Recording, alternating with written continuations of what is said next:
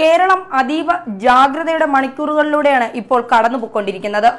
പാകിസ്ഥാനിൽ നിന്നെത്തിയ ഭീകരരെ തുരത്താൻ മുണ്ട് മടക്കിക്കുത്തി പ്രധാനമന്ത്രി സൈന്യത്തെ ഇറക്കിയതുപോലെ കേരളത്തിലെ മാവോയിസ്റ്റുകളെ തുരത്താൻ പിണറായി കച്ചകെട്ടി ഇറങ്ങുമോ എന്നാണ് കേരളം ഇപ്പോൾ ഉറ്റുനോക്കുന്നത്. വയനാട് വൈത്തിരിയിൽ മാവോയിസ്റ്റ് പോലീസും തമ്മിലുണ്ടായ ഏറ്റുമുട്ടലിൽ ഒരാൾ കൊല്ലപ്പെട്ടിരുന്നു. വെടിവയ്പ് നടന്ന റിസോർട്ടിന് സമീപം കമിഴ്ന്നുകിടന്ന നിലയിലാണ് മൃതദേഹം കാണപ്പെട്ടത്.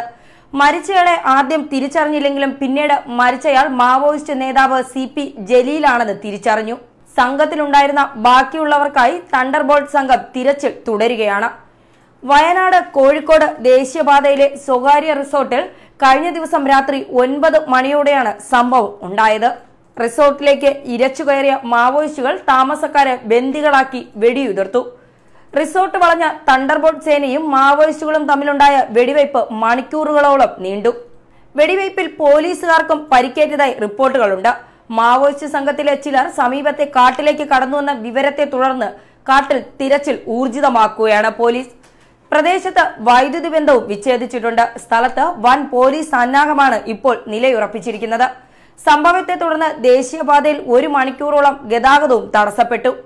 പ്രദേശവാസികളോട് വീട്ടിൽ നിന്ന് പുറത്തിറങ്ങരുതെന്നാണ് പോലീസിന്റെ കർശന നിർദ്ദേശം. ജില്ലയിൽ വിവിധ ഭാഗങ്ങളിൽ മുൻപും മാവോവാദികളുടെ സാന്നിധ്യം സ്ഥിരീകരിച്ചിരുന്നു.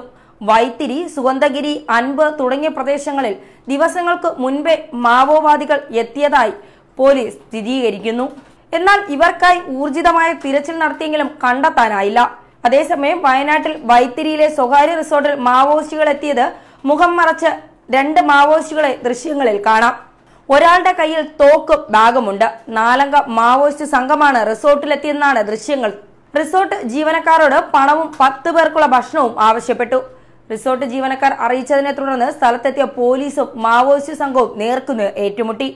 വൈകാതെ തണ്ടർബോൾട്ട് സംഘവും സ്ഥലത്തെത്തി. ഏറ്റുമുട്ടലിൽ ഒരു മാവോയിസ്റ്റ് കൊല്ലപ്പെട്ടു.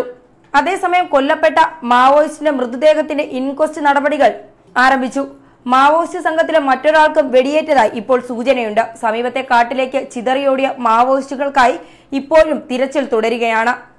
രാത്രി വൈകിയും വെടിവെച്ചുകൾ കേട്ടതായി പ്രദേശവാസികളും പറയുന്നു. ഏറ്റുമുട്ടലിനെ തുടർന്ന് വൈത്തിരിയിൽ കനത്ത സുരക്ഷയാണ് പോലീസ് ഒരുക്കിയിരിക്കുന്നത്.